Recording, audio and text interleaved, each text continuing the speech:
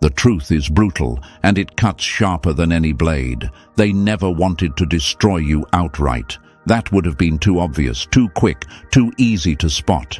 What they really wanted was far colder, to strip you down piece by piece in public until your confidence collapsed under the weight of shame. They wanted you to bleed in silence while they smiled in your face.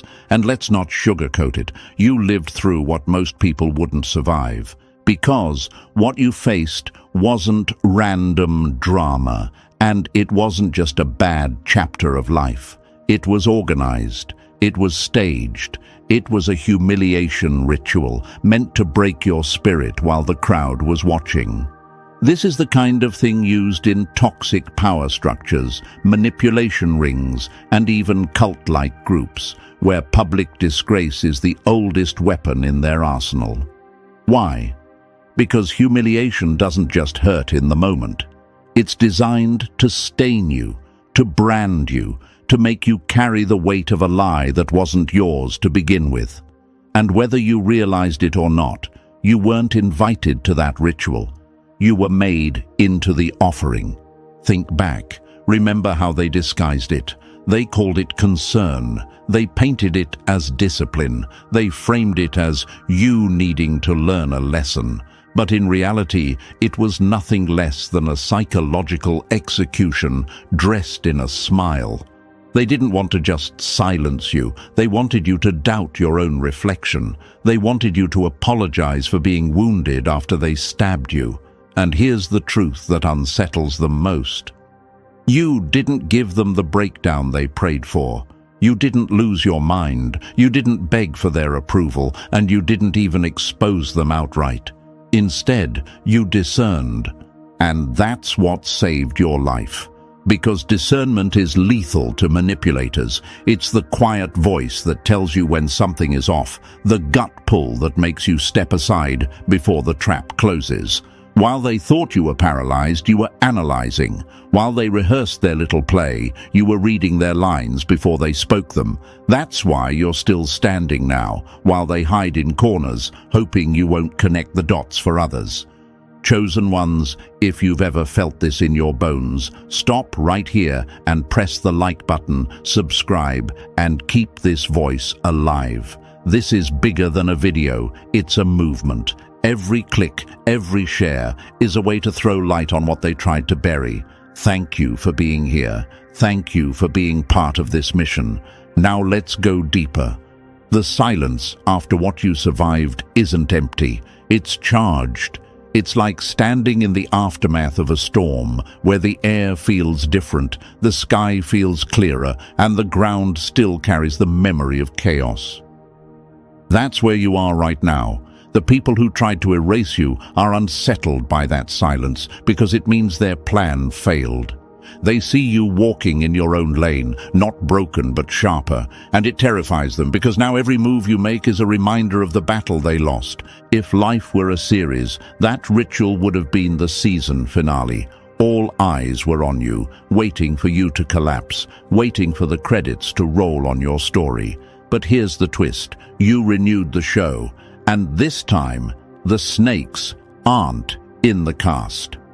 You came back with a new script, one they can't read, one they can't twist. And that's why they're nervous. Because humiliation rituals are supposed to end with silence and defeat. But instead, yours ended with survival, awareness, and power. Look back at history and you'll see it repeated. The universe always exposes those who scheme in the shadows. Every society that used shame as control eventually collapsed under its own lies. Every manipulator who thought they could erase someone ended up erased themselves by truth, by exposure, or by the weight of their own guilt. You're standing in that same pattern right now. Their effort to bury you has already become the evidence that lifts you.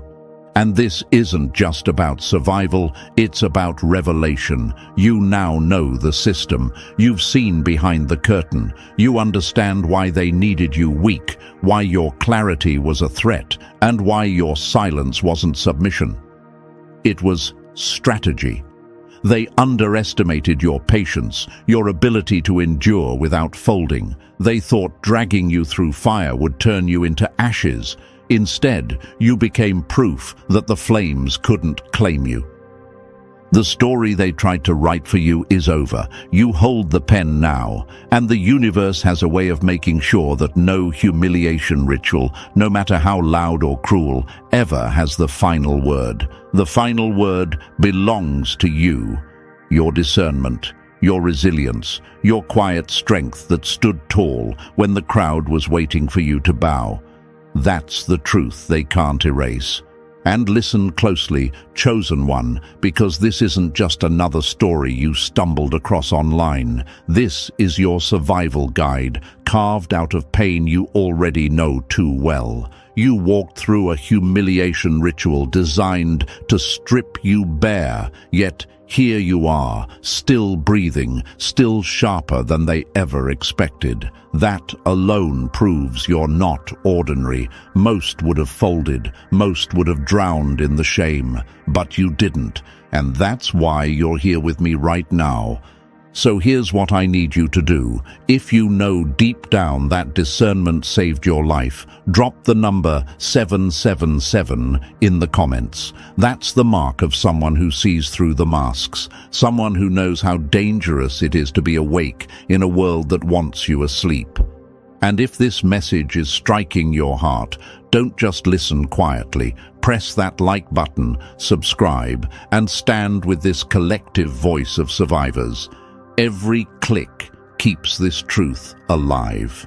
Because now we're about to break it all down step by step. And believe me, if you are truly chosen, you'll feel the pull to stay until the very end. Let's get started. Number 1, they tried to drag you through mud because your light exposed their dirt.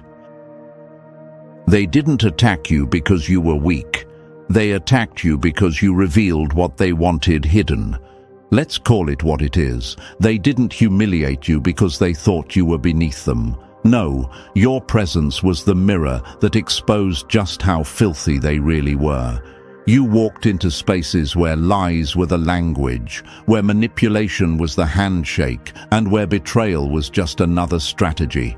You didn't play by those rules. You didn't bow to the unspoken codes. And your clarity, your honesty, your refusal to bend to filth, that's what made them choke. So, they reached for the oldest weapon in the book, staining your image. If they could smear you, if they could taint your reputation, then maybe they could make people forget the truth your very existence brought into the room. Because here's the ugly fact. They didn't want you gone. They wanted you doubted. They didn't want to kill you outright. They wanted you alive, but silenced, walking around second-guessing yourself. That was the ritual, to turn your reflection into your enemy. And here's where it hits harder. They almost pulled it off, didn't they? There were moments where you caught yourself thinking, am I overreacting? Maybe it's me. Maybe I am too sensitive. Maybe I really am the problem. That's how psychological warfare works. It doesn't scream in your face. It whispers doubts into your head until you're fighting yourself more than you're fighting them. And once you're doubting yourself, you're easier to control. But here's what they underestimated: discernment. That quiet, razor-sharp instinct the universe planted inside you. It's not just intuition, it's survival. While they laughed behind your back, you were cataloging every smirk. While they staged their fake concern, you clocked the timing. While they performed loyalty for the crowd, you noticed the small betrayals, the little barbs tucked inside compliments, the way silence turned into complicity. They thought the pain would blind you, but pain became the magnifying glass that revealed every hidden crack. Discernment is dangerous to deceivers because it forces them into the light they can't survive in. And now, here's what you need to hear. Their smear campaign never defined you. It defined them. Look at the tactics they used: lies, gossip, Public stunts designed to embarrass you. Think about that. Strong people don't waste energy trying to stain someone else. Only the weak do that. Only people who know they can't stand next to you clean will resort to throwing dirt. And dirt only sticks if you lie down in it. You refused. That's why you're still glowing, and that's why they're still bitter. Let me put it this way. Imagine a diamond pulled through mud. Does the mud change the diamond? No. The mud gets washed away and the diamond remains untouchable. That's you. They tried to drag you through filth because they wanted people to see the mud, not the brilliance underneath. But the more pressure they applied, the more obvious it became that you weren't like them. The crowd might not have understood at the time, but over time, the truth always works its way to the surface.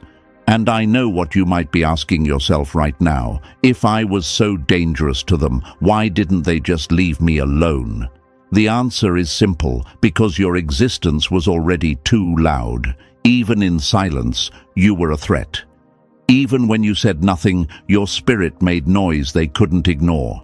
You reminded them of everything they weren't, and that burned.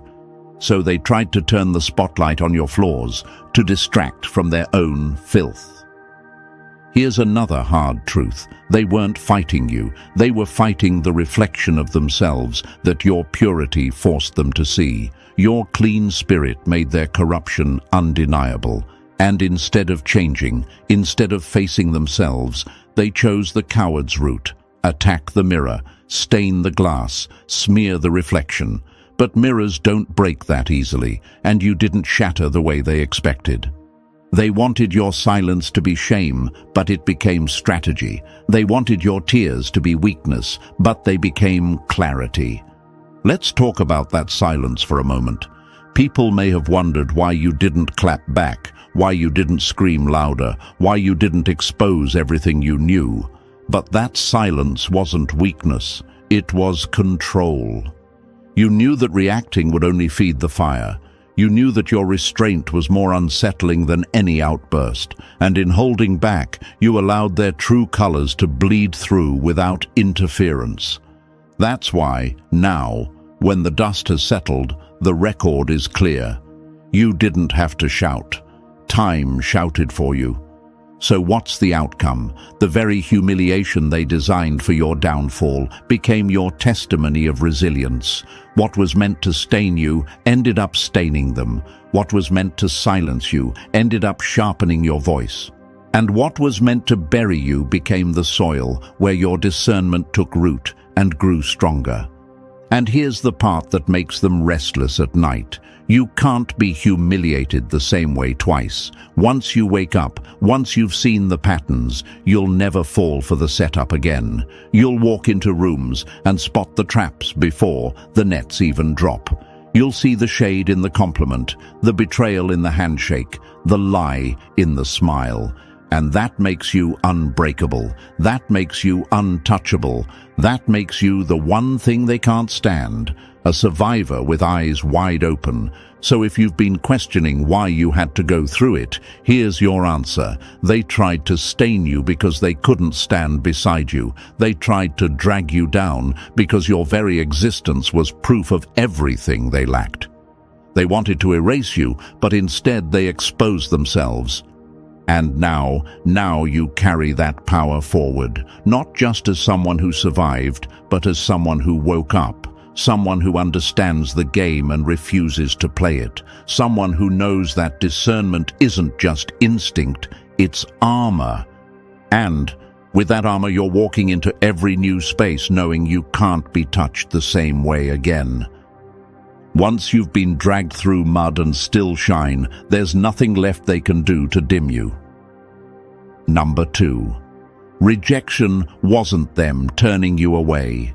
It was the universe stripping off their mask. Rejection is rarely about your worth. It's almost always a mirror exposing theirs. Let's start with a brutal fact. What you went through wasn't rejection. Not really. It felt like rejection, yes, cold shoulders, fake friends vanishing, doors slammed in your face. But underneath that sting, something deeper was happening. It was an X-ray. The universe wasn't punishing you. It was scanning every connection, every relationship, every hidden tie that couldn't walk with you into your next chapter. That's why it hurt so specifically, so sharply. Every betrayal, every humiliation, every moment of being mocked or excluded. It wasn't random. It was surgical. It was like being stripped open under a blinding light, not to destroy you, but to expose what you couldn't see on your own. Sometimes rejection isn't rejection. It's revelation. It's the mask slipping off before the performance can fool you. Think about it. You thought people suddenly changed, like their hearts flipped overnight. But the truth, they were simply showing you who they had always been. The rejection wasn't new. The performance just ended. That silence, the smear campaigns, the casual betrayals, they weren't accidents. They were the universe pulling the curtain back, forcing you to see raw truth without makeup, without excuses.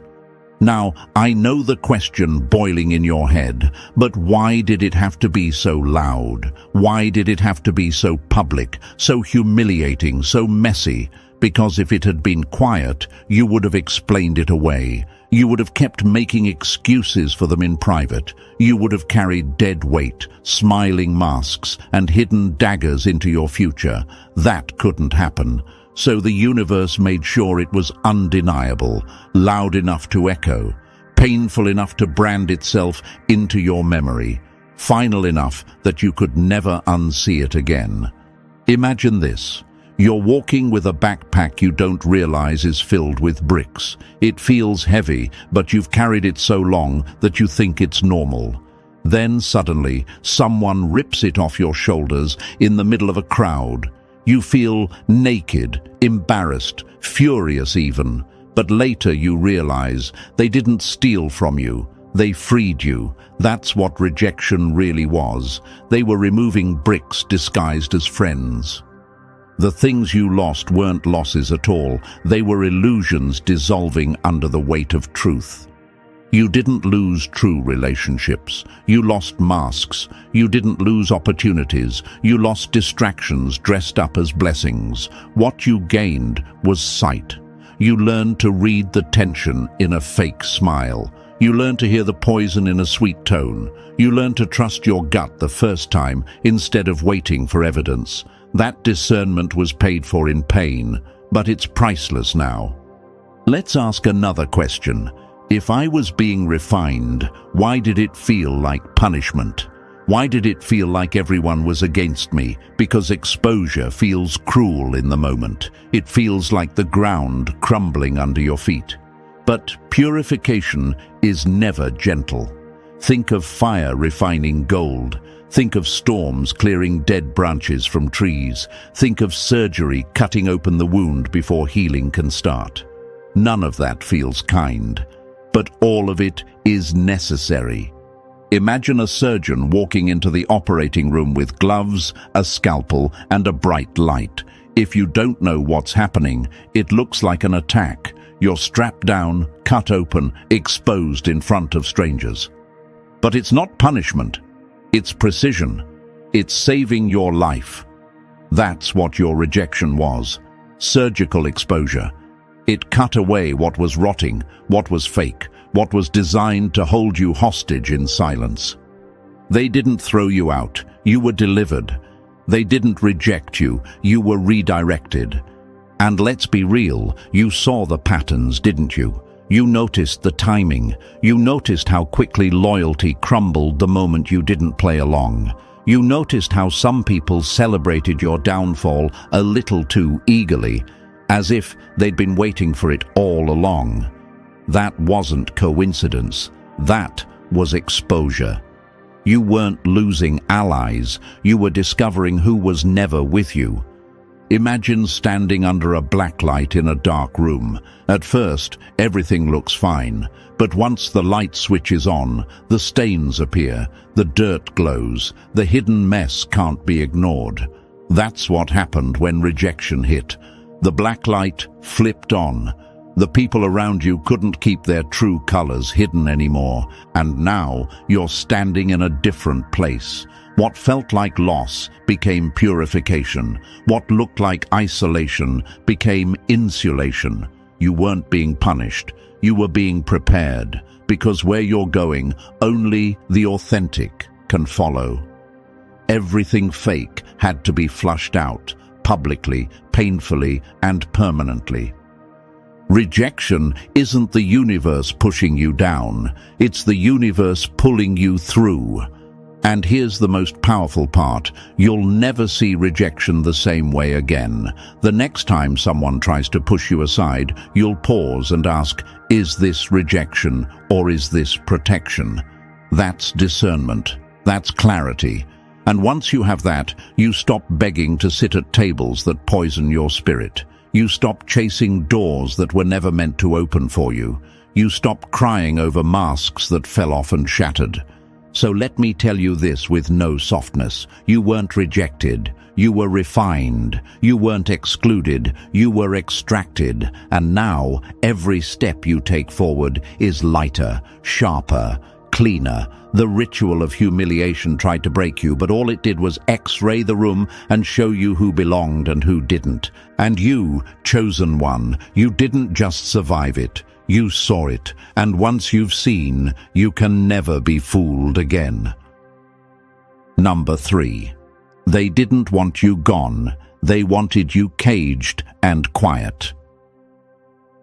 Your silence was worth more to them than your death, because silence meant they could keep feeding without resistance.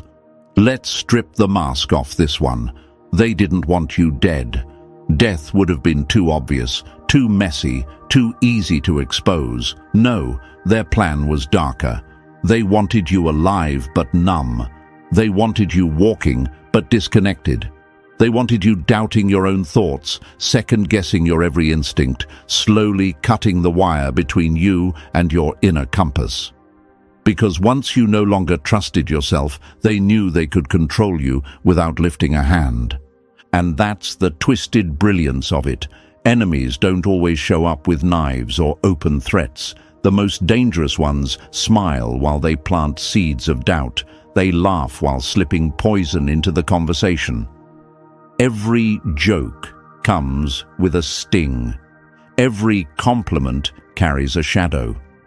Over time, they make you believe that your light is an inconvenience, that your presence is too much, that your truth is dangerous. Imagine this. A bird isn't killed. It's locked in a cage with the door wide open, but the bird has been trained to think it can't fly. That's what they wanted for you. Not your death, your containment. They wanted you shrinking into the background, thinking humility meant silencing yourself, when really it was programming. Some enemies don't want to destroy you. They want to keep you small enough to use. And here's the cruelest part. They wanted you to disqualify yourself. They wanted you to carry shame so deeply that you'd stop applying for opportunities, stop showing up boldly, stop using your voice. That way, they could keep feeding on your energy while making sure you never realized how powerful you actually are. But then something happened they never planned for. Your discernment switched on. That gut pull, that quiet knowing, that whisper, this isn't right. You began noticing the tone shifts, the backhanded praise, the fake support. You didn't explode, and that's what scared them most. You observed, you pulled back, you guarded your spirit. Now, the one outcome they feared most is staring them in the face. You're still alive, still moving, and now you see everything. And once you see, you can never be caged again. Number 4. Your public humiliation triggered the alarm that exposed their hidden network. The day they tried to disgrace you, they didn't just reveal their hatred. They revealed their entire system of control. Let's not sugarcoat it. The moment they dragged your name through the dirt in public, they set off an alarm they couldn't silence. Suddenly, people who barely knew you had something to say. Strangers shifted their eyes when you walked into the room. Whispers multiplied like smoke in a closed space. At first, it felt unreal. Why was everyone invested in your downfall? But then it clicked. You hadn't just been dealing with individuals. You had been dealing with a cult of control, a hidden web of gossip, manipulation, and false loyalty. Some enemies don't fight alone. They move in packs, bound by fear and dysfunction. And your awakening, it set their house of cards on fire. You became a threat the moment you refused to shrink. The second you started protecting your peace, drawing boundaries and questioning their games, they shifted from passive shade to open aggression. Not because you harmed them, but because you stopped letting them handle you like a puppet.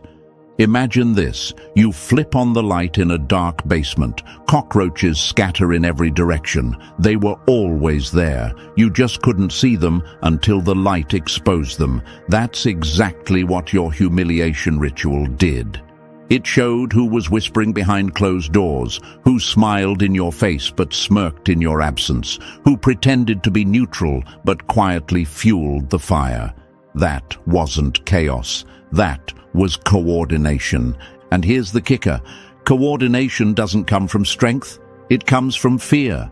They feared what might happen if you spoke up, if you revealed what they couldn't bury, if your truth spread wider than their lies. You became their mirror, and mirrors terrify people who live in denial. They thought shaming you would isolate you. Instead, it exposed their alliance. Public humiliation wasn't just punishment, it was a cover-up, a desperate attempt to turn the spotlight away from themselves. But in trying to destroy you, they ended up revealing the very cult they wanted to keep hidden. And you, chosen one, didn't just endure it, you decoded it. Now you know, they were never random individuals. They were a system, and the moment you survived, the system cracked. Number 5. Discernment isn't a skill, it's the blade that kept you alive. What they called paranoia was really your radar saving you from their traps.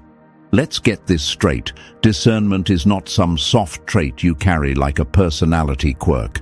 For you, chosen one, discernment has been the difference between survival and destruction.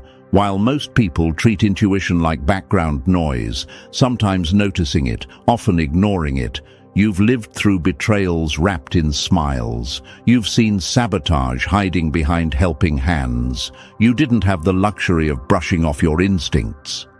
Survival demanded you sharpen them until they became a weapon. Think of it like this.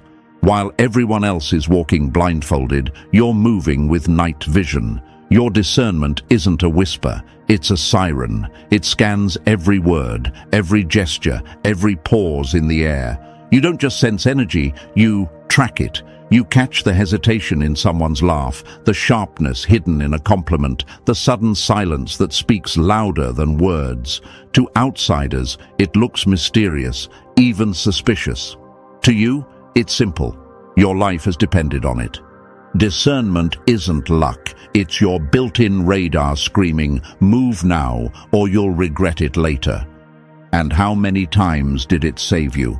From the relationship that looked perfect on paper but would have drained your soul, from the opportunity that was really a cage disguised as a blessing, from rooms where your name was already being dissected before you even entered. That wasn't coincidence. That was your radar intercepting the ambush before it hit. Imagine a soldier walking through a minefield. Everyone else strolls carelessly, but you've learned to feel the ground shift under your feet. You stop where others step. You move when others freeze. That's what discernment has done for you. And here's what unsettles your enemies most. They can't predict you. They think you should have been trapped, humiliated, erased. But somehow, every time, you sidestep their snares. They call it paranoia. They call it luck. But deep down, they know the truth. You saw through their masks before they even finished putting them on. Chosen ones don't guess. They know. And when you know, you don't need evidence. You just move, alive and untouchable. That's why you're still standing, because discernment wasn't just your gift, it was your blade, and you wielded it well. Number 6.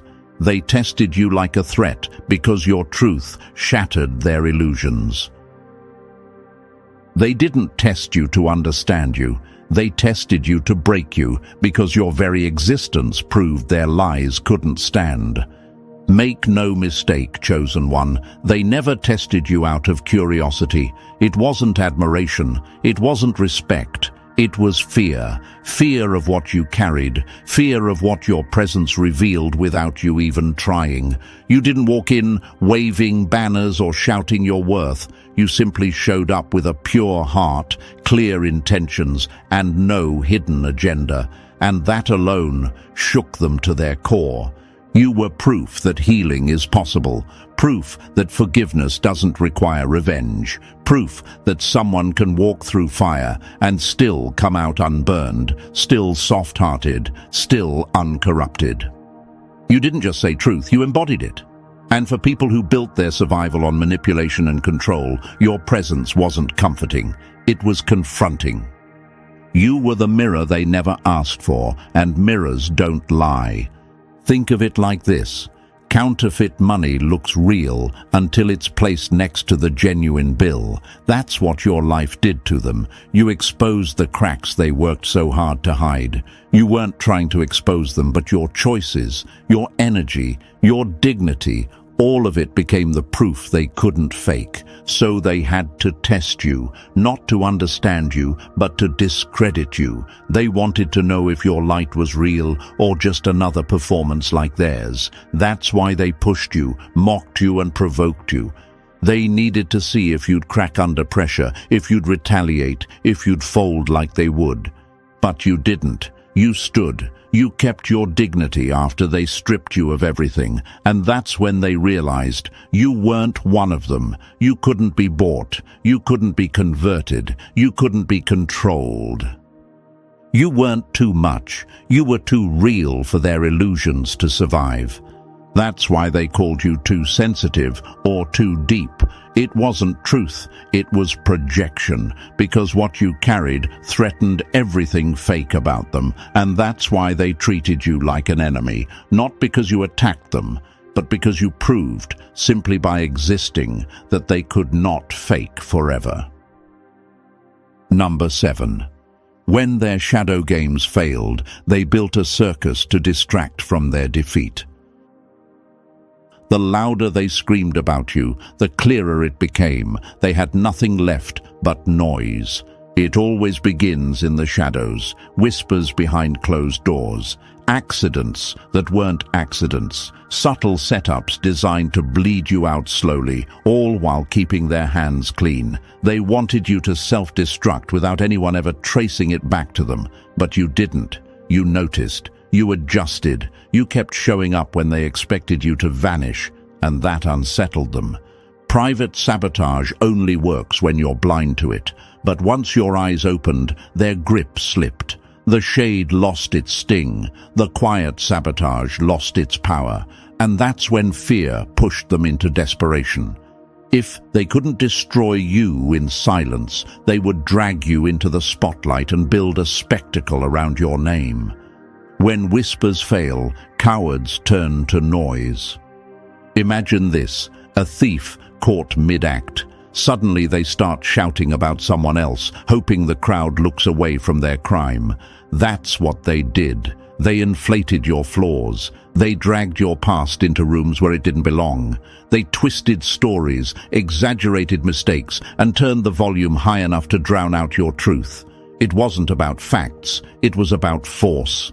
But here's where their plan backfired. They thought shame would silence you. They thought spectacle would isolate you. Instead, the more they screamed, the more obvious their obsession became. People started to notice.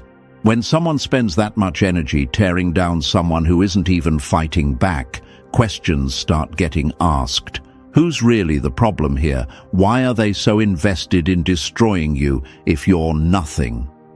Their circus wasn't your exposure, it was their confession.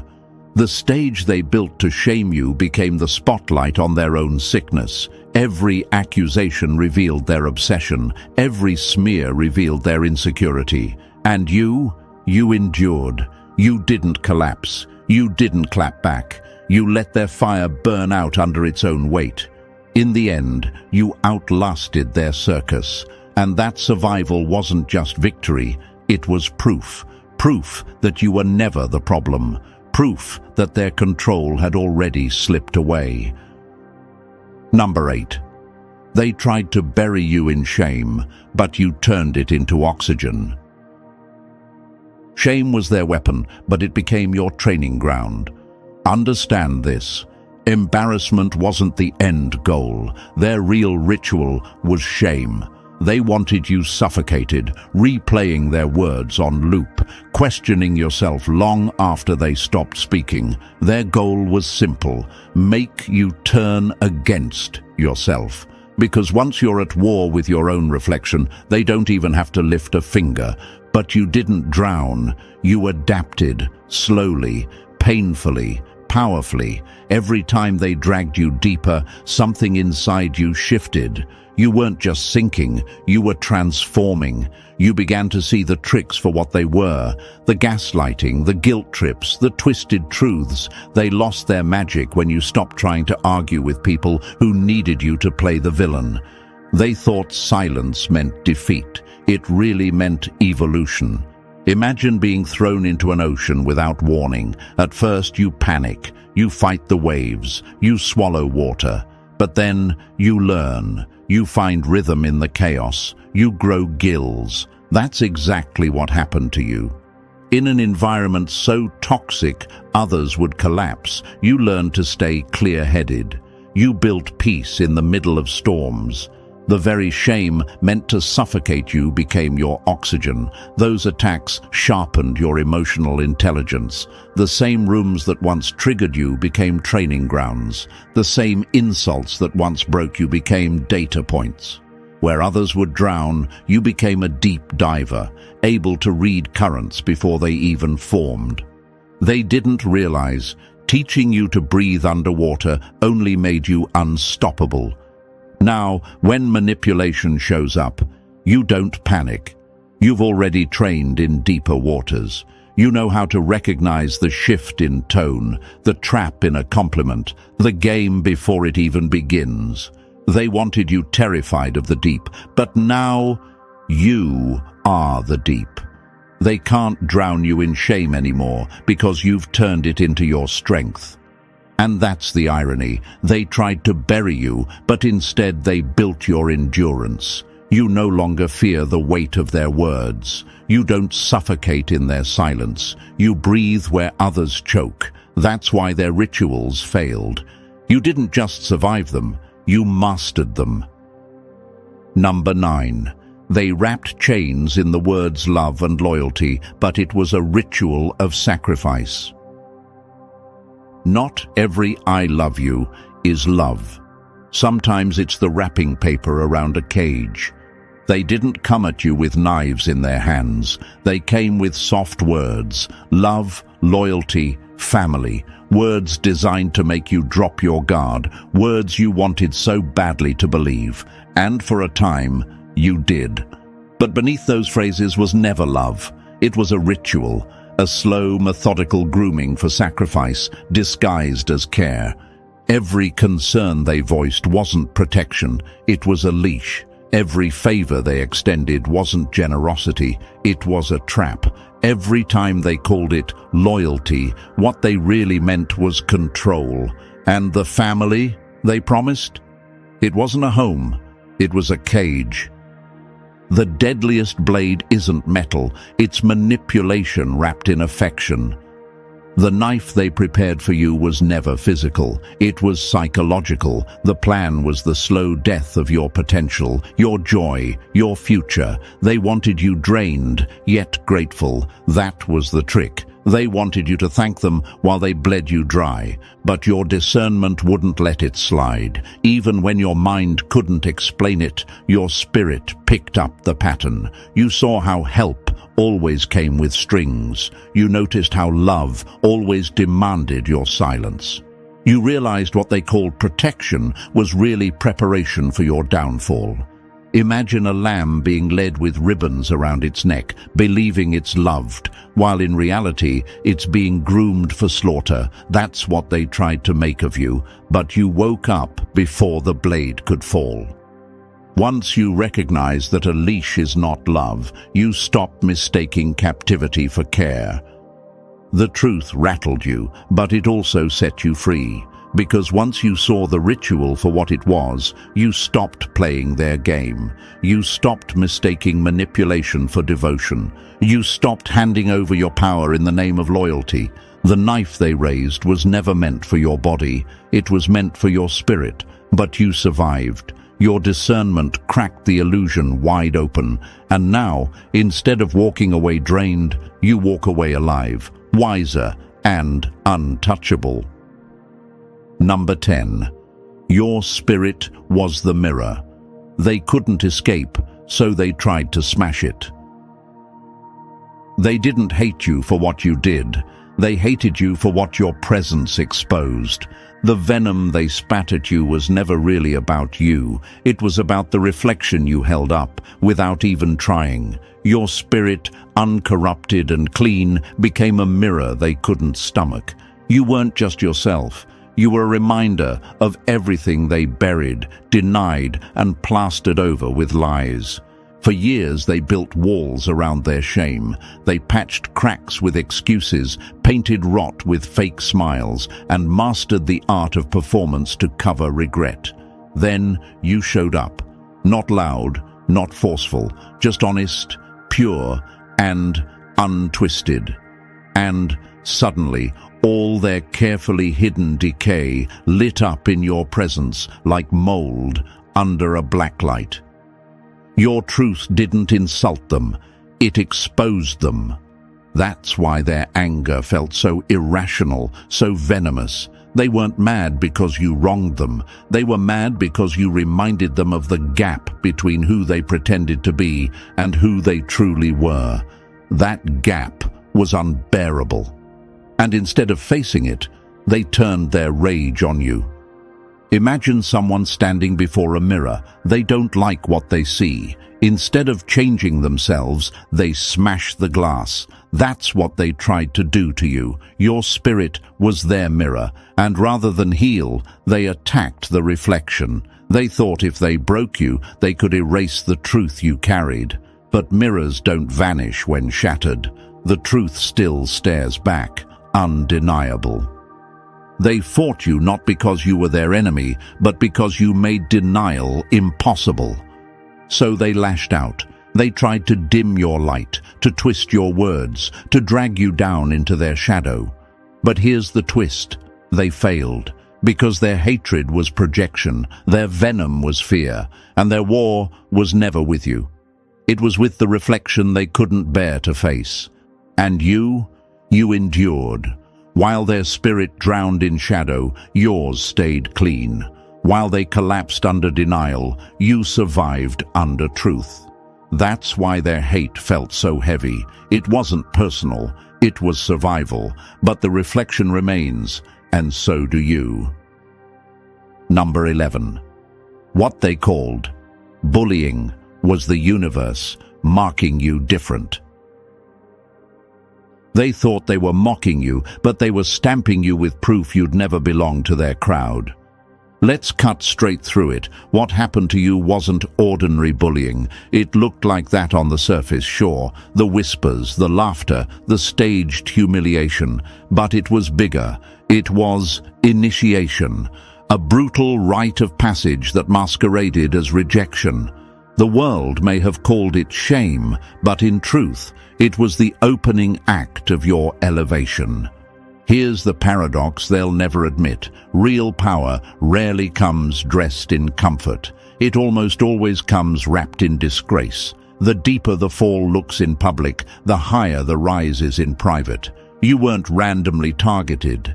You were singled out, marked, pressed through fire, not because you were weak, but because you were being separated from the crowd that could never walk where you're headed. Rejection isn't always cruelty. Sometimes it's a seal that you don't belong with the ordinary. Most people are built to blend in. They bend to trends, melt into backgrounds, play life safe. But you were never cut for that. You were forged for solitude, the kind of isolation that only leaders can carry. And the only way to carve someone apart from the masses is through public rejection. That was your stamp. That was your crown being placed in disguise. Imagine a soldier being broken down in boot camp, stripped, tested, mocked, before being built into something unshakable. That's what your humiliation was. It was less a beating and more a branding. It marked you as different. It proved you weren't theirs to break. They wanted to erase you, but instead they crowned you with resilience no crowd can buy. The shame they threw at you was supposed to silence you, but it amplified you instead. It forced you to lean on yourself in ways the average person will never understand. It sharpened clarity, birthed strength, and built a resilience that only isolation can forge. They wanted you erased. Instead, they revealed you were never made for the crowd. You were made for the throne, and the throne is only found when you stand apart. Number 12. They branded you crazy because your clarity exposed their delusion. When truth walks into the room, lies always scream, crazy. They threw every label they could at you: crazy, paranoid, emotional, delusional. Not because those words described you, but because they were desperate to protect themselves. Labels weren't reflections. They were weapons. They weren't statements of fact. They were shields meant to guard their fragile illusions from the light you carried. They didn't call you crazy because you lost your mind. They called you crazy because your sanity was cutting through their stories like a blade. You saw through their cracks, their fake smiles, their shaky narratives. You refused to play along, and that terrified them. So they did the oldest trick in the book: discredit the messenger so they could bury the message. They call you paranoid when you notice patterns. They call you emotional when your feelings expose their coldness. They call you delusional when your vision stretches further than their shallow lies. Every insult they pinned on you was really a confession of what they feared most. They weren't describing you. They were describing their panic in the face of your clarity. Imagine a house of cards built tall and fragile. All it takes is one gust of wind to show how unstable it is. That gust was you. Your presence made their lies wobble. Your sanity was the threat, not your supposed madness. And look at them now, silent. Their silence is louder than all the labels they once screamed. They know the truth is on your side. They know the cracks in their foundation are spreading. That stillness they wear, it isn't strength, it's fear. Fear that the truth you carry will crush the illusions they live in. Your clarity was never weakness. It was the proof their whole system couldn't survive. They wanted the world to see you as unstable, but the opposite is true. Your sharp vision, your discernment, your refusal to bow to their games, that's what makes you untouchable. The labels were never about you. They were smokescreens thrown up to distract from their own rot. And now, as their lies crumble, the reflection staring back at them terrifies them more than anything else. Number 13. They confused your silence for defeat, but it was the calm before their collapse. Restraint isn't weakness. It's the sharpest blade patience can forge. They thought your silence meant surrender. They saw your calm, your refusal to take the bait, your unwillingness to roll in the mud with them, and they laughed. They mistook restraint for fragility. They believed mocking you, betraying you, and pushing you would eventually break you. But here's what they never understood. Restraint is not surrender. Restraint is strategy. You didn't need fists. You didn't need screaming matches. You became an investigator in plain sight. You watched, you remembered, you read the patterns, every slip of the tongue, every contradiction, every mask sliding out of place. It all went into your mental ledger. While they thought you were powerless, you were quietly collecting the evidence of their downfall. Silence doesn't mean nothing is happening. It means everything is happening where they can't see it. They mocked your calm, but calm was your weapon. You knew the truth doesn't need noise. It only needs time, and time was always on your side. While they worked overtime to bury facts, those same facts floated back up like air bubbles underwater. Undeniable, unstoppable, impossible to hide. Imagine someone trying to hold a beach ball underwater. The harder they press, the more force it builds. That's what your silence did. It wasn't retreat. It was pressure building beneath the surface, waiting for the right moment to erupt. And now it's happening. The truth is surfacing through whispers, through cracks in conversations, through undeniable patterns that even their allies can't ignore anymore. The beauty of it, you never had to force it. You didn't beg, you didn't scream, you didn't fight for validation. The truth spoke without you lifting a finger. They thought restraint meant you were finished. In reality, it meant you were finished watching. Your silence was never cowardice, it was wisdom, it was control. And now, as the truth does its work, the same silence they mocked has become their greatest fear. Because you never surrendered, you simply let reality do what it always does. Rise. Number 14. You didn't just survive the ritual, you now carry the manual to dismantle it. The system failed to destroy you, and in failing, it handed you its secrets. You didn't stumble through humiliation like some unlucky victim. You lived through a program, an organized cycle designed to isolate, ridicule, manipulate, and then dangle false reconciliation once you cracked. That's the script they run. Break you, then offer you a fake rescue so you never question who caused the fire in the first place. But here's the twist. They miscalculated. You didn't break. You decoded it. You saw their weapons for what they were. Shame used as control. Loyalty twisted into a leash. Concern repackaged as a trap. Every tactic revealed itself to you, one by one. And because you survived, you now hold something priceless. The blueprint. The very manual for dismantling the same system they tried to bury you inside. Your scars aren't just memories, they are maps. Your story is no longer just pain, it's a guide, a set of directions for those still trapped in the maze.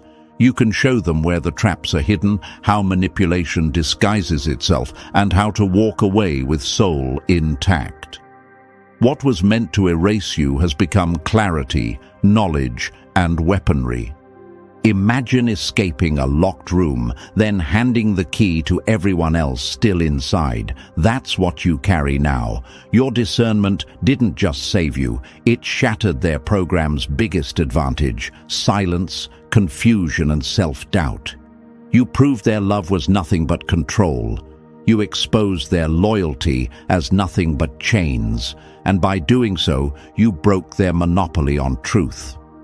You aren't just free, you're the evidence that freedom is possible. Your survival isn't just survival, it's revolution. You didn't just endure humiliation, you turned it into intelligence. You turned it into a weapon they can never reclaim. And now, your existence itself is a threat to the system because you carry the very instructions for breaking it apart. They tried to sacrifice you. Instead, you became the one thing they feared most, the blueprint for freedom. And here's the truth, chosen one, what was meant to humiliate you only crowned you with clarity. You survived the ritual, you decoded the program, and now you walk with a strength they can't erase. Their shame became your proof. Their games became your training, and their collapse became your rise. You are the evidence they never wanted exposed. If this message hit your spirit, press the like button, subscribe for more, and drop the number 77 in the comments so I know you're claiming your survival. Share this with another chosen one. Let the blueprint spread.